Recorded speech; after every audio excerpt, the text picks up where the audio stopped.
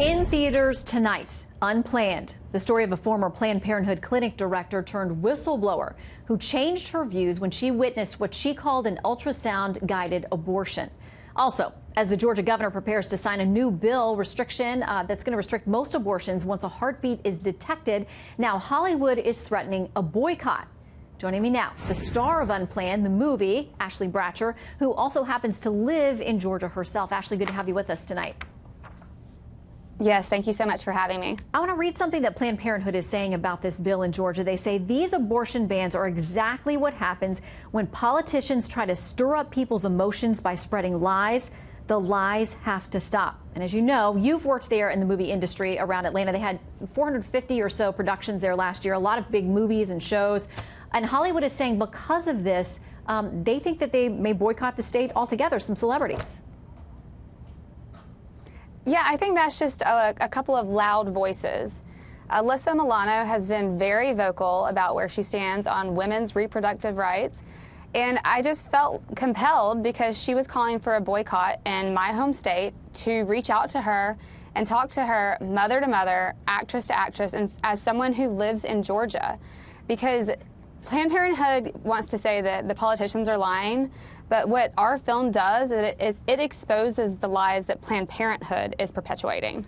And you know, there's been a ton of controversy, and there will be as this continues through the weekend. Part of the issue has been that this movie got an R rating, which a lot of people thought was ironic, that young women who in most states could go have an abortion without their parents' involvement couldn't go watch the movie without their parents' involvement. And some think that R rating was specifically targeted at keeping Christian audiences, churches away from promoting it. Here's what Rush Limbaugh said.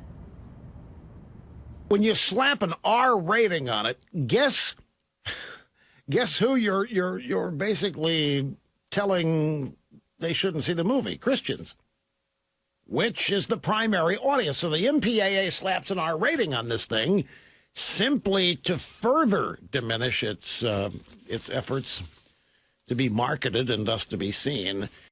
I mean, Ashley, do you think that's going to keep some religious audiences away from seeing this movie? You know, if anything, I think it's really empowered us in our marketing strategy because Passion of the Christ was rated R. It did pretty well. People are comparing this movie to Schindler's List. And I think that what it's doing is it's encouraging Christians to start talking about this and to talk to their children about it, to take their preteens and their teens, because if they don't, someone else is going to have that talk with them. Planned Parenthood has curriculum in our public schools. So as Christians specifically, if you want to have a conversation about abortion, you need to do it yourself and do it now because it's critical. Yeah, and you know there are plenty of critics of the movie, so I want to read some and let you respond. In Variety, they review the movie. They say Unplanned isn't a good movie, but it's effective propaganda, or at least it is if you belong to the group it's targeting.